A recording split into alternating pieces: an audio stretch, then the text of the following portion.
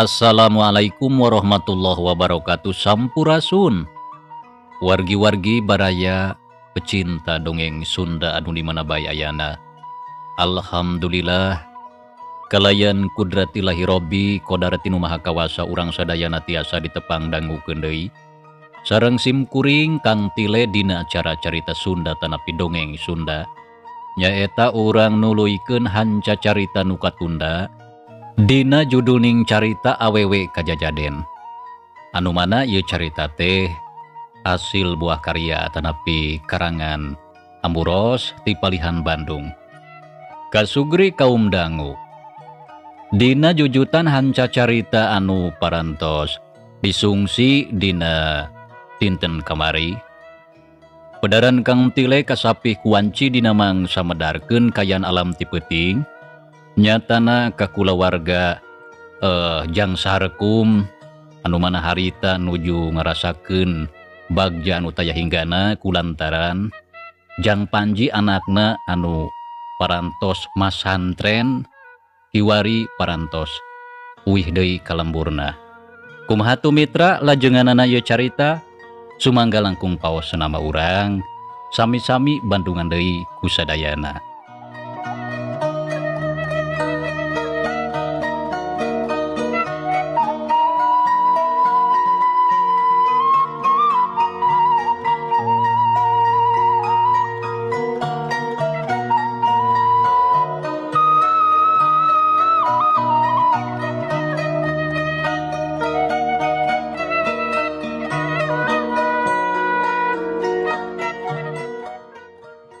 Bener ujang incu nini mending oge isukan nepungan indung hidap mah ayeuna mah geus leureum heula di dieu jeung deui bener nini teh sono keneh kahidap sarta nini hayang ngadenge kana sakabeh pangalaman anu karandapan ku ujang salila nyar ilmu di pasantren.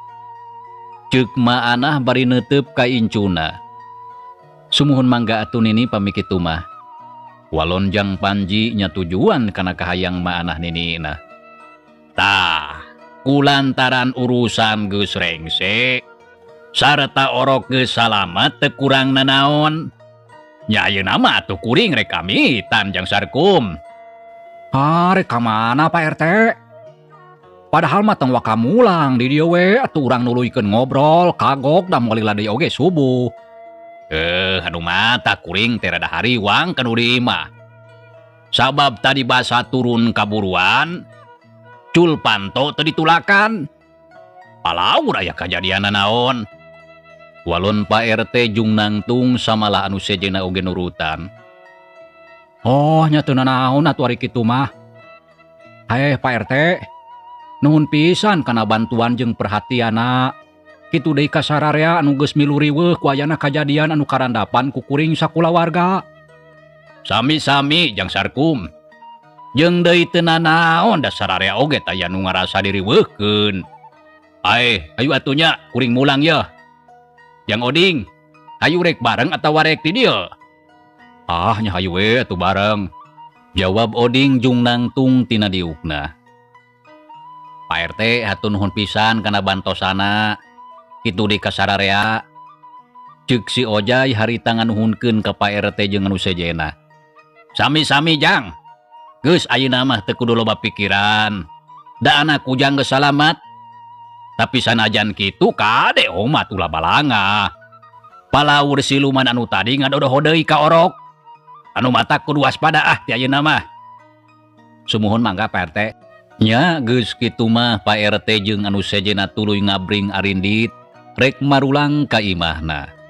Itu deui mah iam harita terus balik lantaran urusan geus rengse. Samalah dijajabkeun ku ronda tiluan nepi ka imahna. Da karunya bisi keungeun di jalan.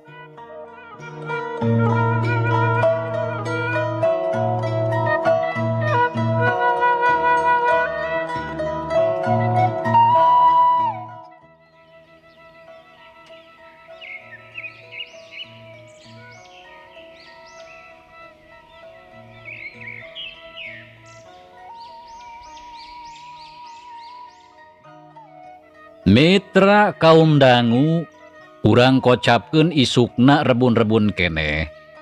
Jang Panji geus amitan ka Sarkum kitu deui ka maanah nenena.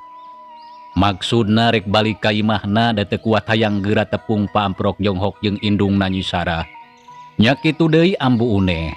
Ku Sarkum teu dicarek da puguh ngarati lamun Jang Panji tangtu sono kanu jadi indung. Jang Panji ngagidig leumpang ngajugjug ka imahna.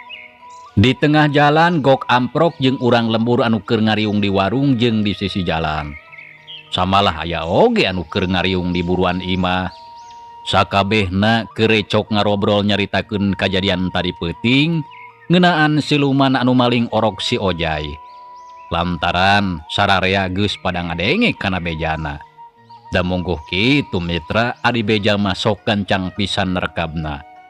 Matak teu heran ampir sakumna urang lembur geus pada nyaho. Harita Jang Panji ngagedig leumpang sarta pada nanya ku urang lembur. Sawareh aya nu apal keneh, tapi aya oge anu geus parohon deui da puguh kalinglap ku kaayaanna Jang Panji ayeuna anu geus beda jeung baheula. Kawan tu geus jadi saurang jajaka. Reg Jang Panji eureun palebah warung, anu araya tuluy cungcong ngajak sasalaman. Ngobrol heula sakedeung teu lila terus amitan ka sararea rek balik ka imahna. Teu kacatur di jalana. Urang kocapkeun Jang Panji geus anjog ka buruan imah. Katempo aya indungna keur moe-moekeun papakean anu kakararengse di suseuhan. Assalamualaikum. Jang Panji uluk salam bari neuteub kana tonggong indungna. Waalaikumsalam. Walon Nyi Sarah gentak ngalieu ka tukang. Breh katempo aya saurang jajaka anu tayalian ti anakna, Jang Panji anu geus lila di dagoan. Ujang anaking anak mah hidup geus mulang. Ceuk Nyi Sarah sok papakean kana ember geuwat muruk anakna. Mak, ieu abdi putra emak. Ceuk Jang Panji geuwat ngarauleungeun indungna. Ku Nyi Sarah tuluy dirangkul bari dihujanan ku Cimata. Ate Bunga jeung Bagja anu taya hinggana. Bagja ujang hidup geus mulang anaking. Mangka cida Bunga anu taya hinggana. 10 tahun dilana urang papisah teu srikna beurang peuting ku umah hidup ti dagoan. Manggeus sono hayang geura bisa ngumpul ngariung jeung hidup anu jadi anak. Ceuk Nyi Sarah bari ngusapan tonggong anakna bangun deudeuh pisan. Mak, abdi saja mundut ti hapunten ka salira emak. Tina sabudayaning kalepatan, ti lahir tu makaning batin. Wireh abdi teh tacan tiasa mulang tampi kanu janten sepuh. Abdi bing anu taya hinggana. Sarta kalintangan nuhunkeun ka Gusti Allah anu Maha Kawasa. Wireh anjeunna parantos ngersakeun abdi gubrag alam dunia janten putra emak. Ceuk Jang Panji kadenge dumareuda. Samalah teu kawawa nahan rag-ragna Cimata. Ujang anaking ma oge bunga sarta ngucap syukur ka pangeran. Sabab ma dikersakeun ku mantena jadi indung hidup jeung Nyi Sari. Eta teh mangrupa hiji kabagjaan anu moal kaukur hargana pikeun emak. Walon Nyi Sarah tuluy ngalesotkeun rangkulana. Mak, kumaha pamikayaan ini? Margi saur Mang Oding mah nembe kamari mulih di rumah sakit. Benar ujang kitu. Ini hidup teh gering samalah aya kana sababaraha poe di opname di rumah sakit. Tapi teu kudu hariwang. Lantaran ayeuna mah nini hidup geus mending. Anu mata kayu geura urang ka imah. Mangga mak. Kumaha pamikayaan Nyi Sari mah? Jang Panji nanyakeun Nyi Sari anu jadi adina. Anu geus lila teu panggih. Nyi Sari adi hidup cager ujang. Tapi ayeuna teh dumuk di kota nuluykeun sakolana di perguruan tinggi anu aya di ditu. Sabab adi hidup teh hayang nyumponan pamenta Kang Sarkum bapa hidup. Anu tiba heula boga cita-cita hayang ngabogaan anak anu pendidikanna luhur. Tah kitu jang. Sumuhun saya tu pami kitu mama. Nya pepeurieun abdi teu tiasa nyumponan ka hoyong anu janten sepuh. Heueuh nyakeun bae ujang teu nanaon.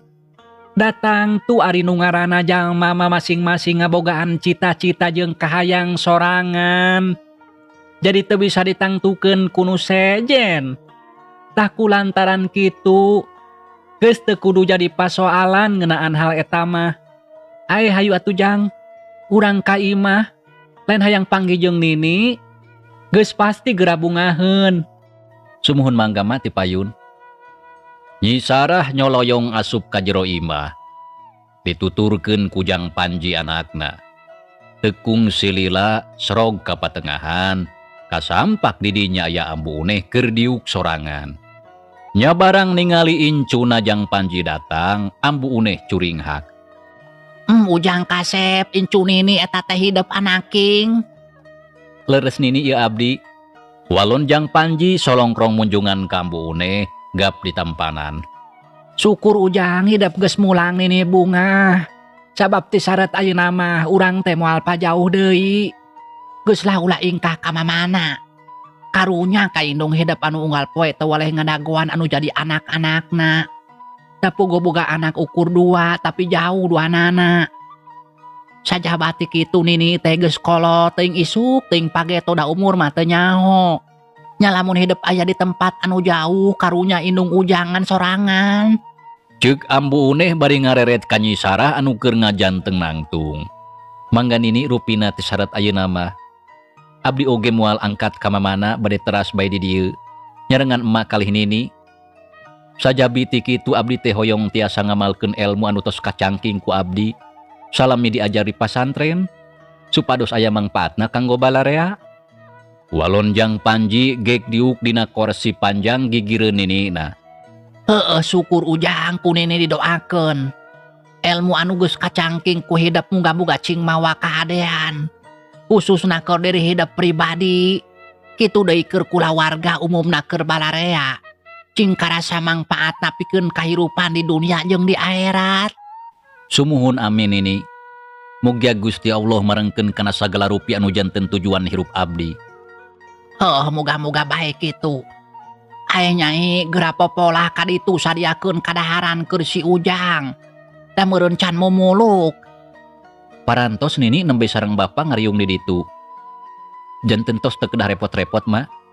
Margi emat teh tang tos seueur padamelan. Ceuk Jang Panji bari ngareret ka indungna.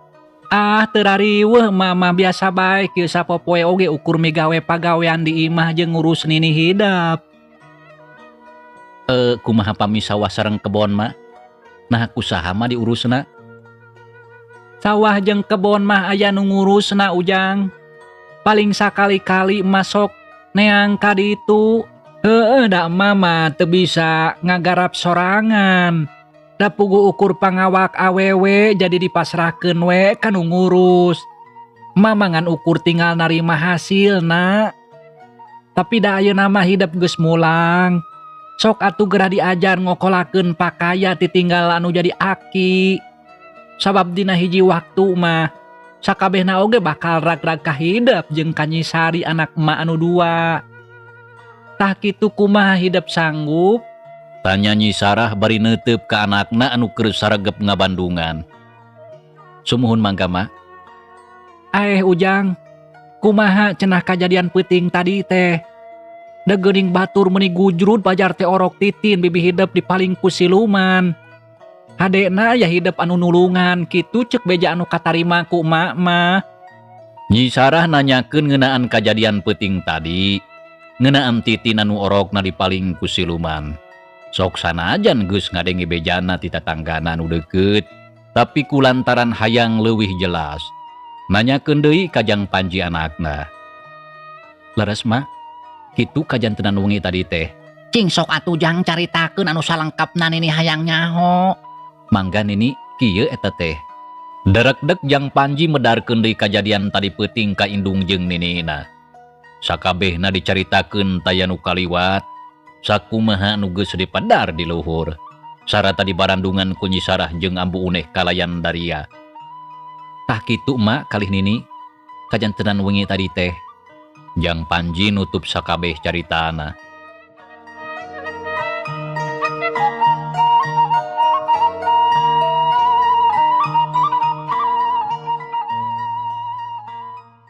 Oh baru kitunya.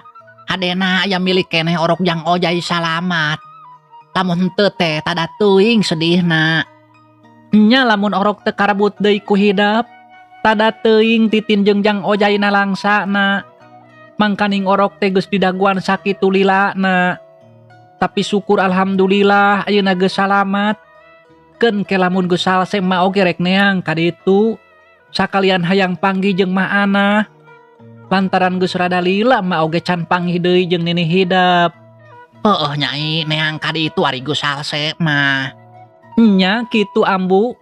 Mung bae abdi teh sok rada asa-asa ribade nempangan ka ditu teh. Margi sok bilih aya Kang Sarkum. Ceuk Nyi Sarah nembrakeun eusi hatena anu memang sok rada asa-asa jeung kagok. Lamun boga niat rek nepungan manah jeung titin, da puguh inggis amprok jeung Sarkum popotongan anu tangtu sawaktu-waktu sok aya di dinya. Nyakeun wae atuh sanajan aya jang Sarkum oge. Da moal matakna naon ari rek neang orok mah. Hidup Nyai jeung jang Sarkum memang geus jadi popotongan. Sarta manehna geus ngawangun rumah tangga jeung anu anyar. Tapi omat keur urang mah ulah jadi kagorengan. Komo deui hidup jeung jang Sarkum teh katalian kudu jadi anak. Anu tangtuna moal bisa leupas sapinuhna tina pasoalan. Lantaran dina hiji waktu mah pasti bakal aya pasoalan anu perlu dibadamikeun kuduaan. Ceuk ambu uneh bari neuteup ka anakna. Laras ambu kitu. Mung bae abdi teh lamun amprok jeung Kang Sarkum hate sok kagagas emut ka jaman katukang anu matak nyeri kana ati. Heuh tangtu kana kituna teh. Ujang, ari orok jang oyay jeung Nyi Titin awewe atawa lalaki. Ambu uneh mengkolkeun obrolan ngarah teu ka papanjangan nyaritakeun Sarkum. Lantaran karunya ka Nyi Sarah anu memang nepi ka mangsa harita acan bisa poho kana sakabeh kanyerian anu dibikeun ku Sarkum. Pameget nini, rupina kasep sapertos Mang Ojay. Bagja atuh ayeuna bibi jeung Mang Hidap geus dipercaya boga anak lalaki. Tangtu bakal nambahan kabagjaan dina rumah tanggana. Nya kitu pasti ayeuna jang Ojay jeung Titin keur ngarasa bungah jeung Bagja. Muga-muga we ulah aya kajadian anu cara peuting. Geus heula nya jang. Marek neruskeun heula moekeun papakean. Acan rengse tadi teh. Saterusna rek popolah. Tak engke lamun geus salse ngobrol urang tuluykeun deui. Lantaran emak teh hayang ngadenge kana sakabeh lalakon hidap salila nyiar ilmu di pasantren. Sumuhun mangga mak. Jung Nyi Sarah nangtung tuluy ngaleos rek moekeun deui papakean anu tadi can rengse. Saterusna kaprak-keprek di dapur popolah nyadiakeun kadaharan. Ari jang Panji teu incah ka mamana cicing bae ngobrol jeung ambu uneh ninina. Sanggeusna aya kana sawatara waktu Nyi Sarah rengse popolah. Geus kitu brak dalahar ngariung tiluan sakula warga balake cerakan paronyo pisan.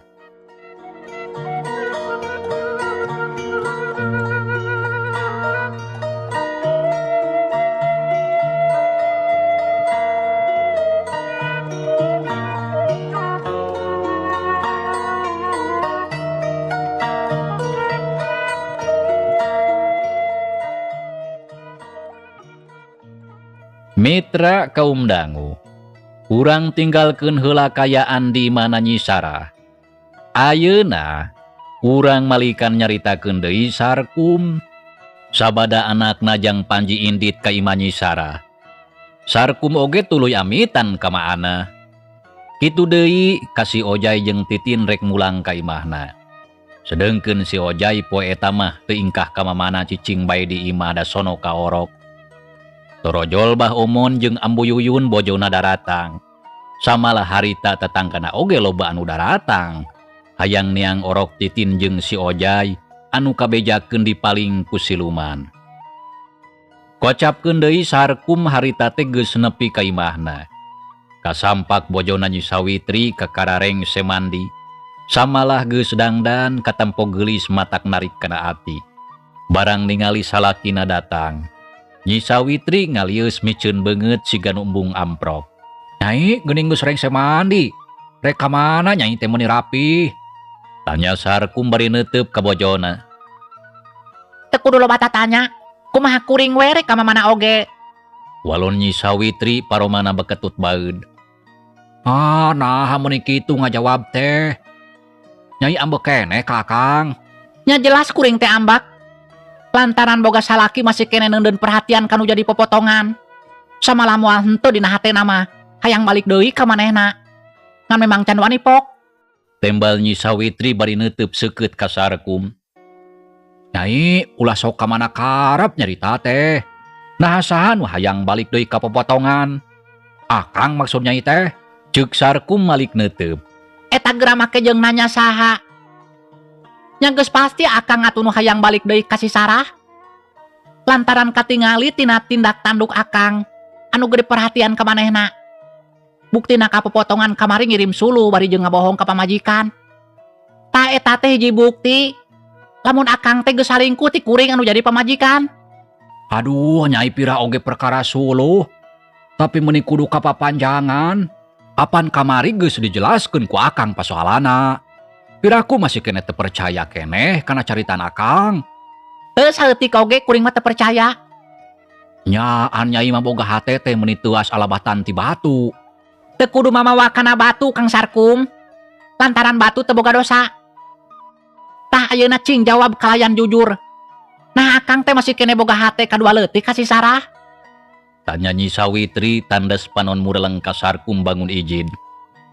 Nah jadi make tu banyak kitu. Teu kudu loba tanya Kang Sarkum. Hadena sok langsung jawab. Ceuk Nyi Sawitri meuni keukeuh. Menang pananya kitu keur sajongjongan Sarkum ngahulang. Da puguh bingung rek nyarita jujur teu wani. Geus pasti bakal matak piributeun. Samalah pasoalan bakal leuwih manjang. Kang Sarkum, kunaon kala ngahulang? Sok jawab. Nyi Sawitri nyentaknya puguh Sarkum nepi ke ngagurubug reuwas. Naon anu kudu dijawab teh? Masih kene nanya dasar balagug. Bu, eta kasalaki wani nyebut balagug. Asa kabina-bina teuing ieu teh. Teu kudu nyarita ka mana karep gancang jawab. Ceuk Nyi Sawitri beuki nafsu. Panona molotot ka Sarkum gular-giler matak sieun. Nyai, teu kudu bari popolotot atuh nyaritana. Era bisi kadenge ku batur. Sok atuh jawab tong hararese. Tapi omat kudu jujur. Oh, ku Akang rek dijawab. Yoh nyai, Akang mah saeutik oge. Teu boga niat hayang balik deui ka Nyi Sarah. Kajadian poe kamari rumasa Akang salah. Lantaran geus ngirim suluh ka popotongan.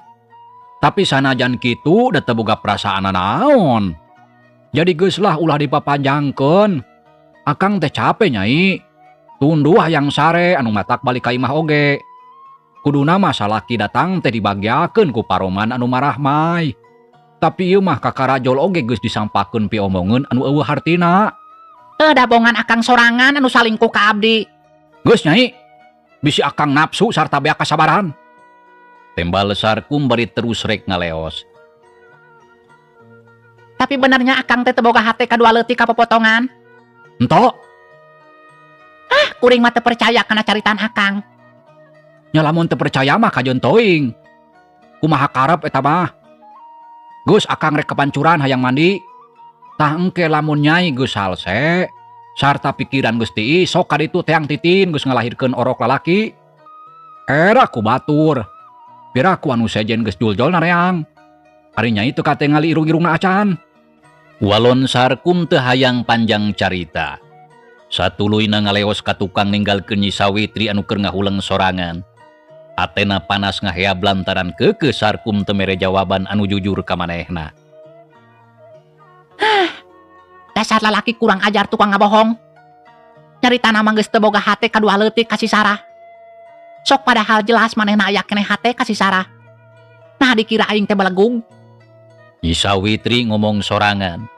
Hate ngagremet ambek ka Sarkum jeung Nyi Sarah. Ontong sabat kan yaya Kang Sarkum. Lamun dina hate anjeun boga niat hayang balik deui ka si Sarah. Bisa dipastikeun lamun maraneh duaan bakal modar dina leungeun aing. Kitu geurentes hatena Nyi Sawitri ngancam ka Sarkum jeung Nyi Sarah. Anu jelas tetuah tedosa samala Nyi Sarah teu boga niat hayang balik deui ka Sarkum. Tapi Nyi Sawitri geus goreng hate sarta nyangka anu lain-lain. Ari peuting tadi saha manusana anu geus ngagagalkeun kana pagawean aing. Nepi ka orok si Titin anu geus aya dina ceklan aing bisa karbut deui. Nah saha manehna teh? Tapi jelas lain jelema kosong bolostrong. Sabab manehna mampu nahan serangan aing. Nyi Sawitri ngahuleng mikiran saurang jalma anu amprok peuting tadi anu mampu ngagagalkeun kana pagaweana. Nepi ka teu laksana nyerot getih orok. Bareng jeung kitu torojol Sarkum kakara balik ti pancuran. Sup ka jero kamar geuwati salin baju, teu lila geus kaluar deui srog ngadeuketan kana meja makan. Nyai akang lapar hayang dahar. Ceuk Sarkum bari ngareret ka bojona nu keur ngahuleng. Nya kariprak yang dahar mah. Walon Nyi Sawitri ngareret ku juru mata. Lain kitu kudu nama. Salaki rek dahar teh ka dieu nyamperkeun. Terus sadiakeun. Lain ieu mah kalah hare-hare. Nah make kudu disadiakeun. Apan eta kadaharan mah geus ngajagrag sagala aya. Tinggal kariprak naon hesena. Tembal Nyi Sawitri nyaritana tegeug matak nyentung kana hate. Nya memang teu hese eta oge. Ngan hadena mah cing atuh ka dieu sok tiuk sanghareupan akang. Tuluy urang dahar bareng. Kuring mah haroream. Keur hayang dahar. Walon Nyi Sawitri tandas. Jung cengkat tina diukna koloyong leumpang. Sup ka jero kamar gebrug kadenge panto dipeundeutkeun satarikna. Ningali kitu Sarkum olohok. Anu satadina hayang dahar jadi ngadadak teu lapar. Haen hamuni asaku kabina-bina teuing anjeun teh Sawitri. Diajak dahar kalah ngajengkat. Beuh gara-gara pasoalan suluh. Kuat ka jadi riweuh kieu. Tapi memang pantes rek ambekeun oge lantaran aing anu salah. Ceuk Sarkum ngomong sorangan. Tuluy ngarenghap narik napas panjang.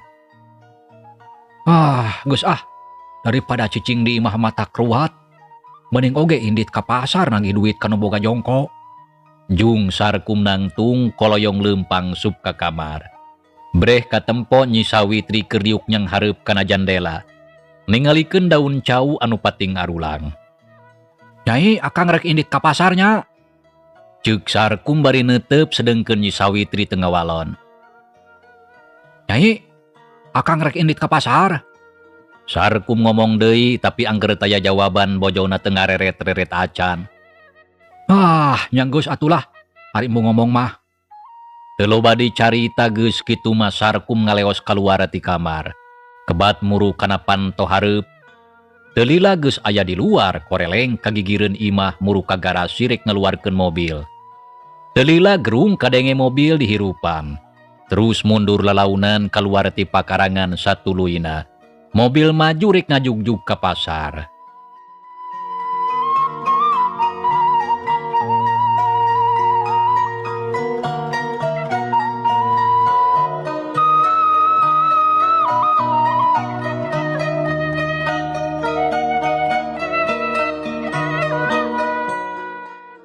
Mitra kaum dangu. Kocapkeun deui Nyi Sawitri anu harita ya di imah. Keun sia ku aing moal waka di waro Kang Sarkum teh. Tuman kudu diwaras salaki kawas kitu mah. Ceuk Nyi Sawitri bari angger melong kaluareun jandela. Anteng ngahuleng sorangan ngumbar lamunan. Inget ka mangsa anu katukang teu karasa kayaan harita beuki beurang. Panon poe geus luhur langit bengras taya aling-aling. Sabab taya mega anu ngahalangan. Tatangkalan jeung kekembangan ketempo pating aroyag katebaku angin anu ngahiliwir. Ari ti kajauhan hawar-hawar kadenge sora jalma anu keur nutu pating kalentrung patembalan mata kuaas.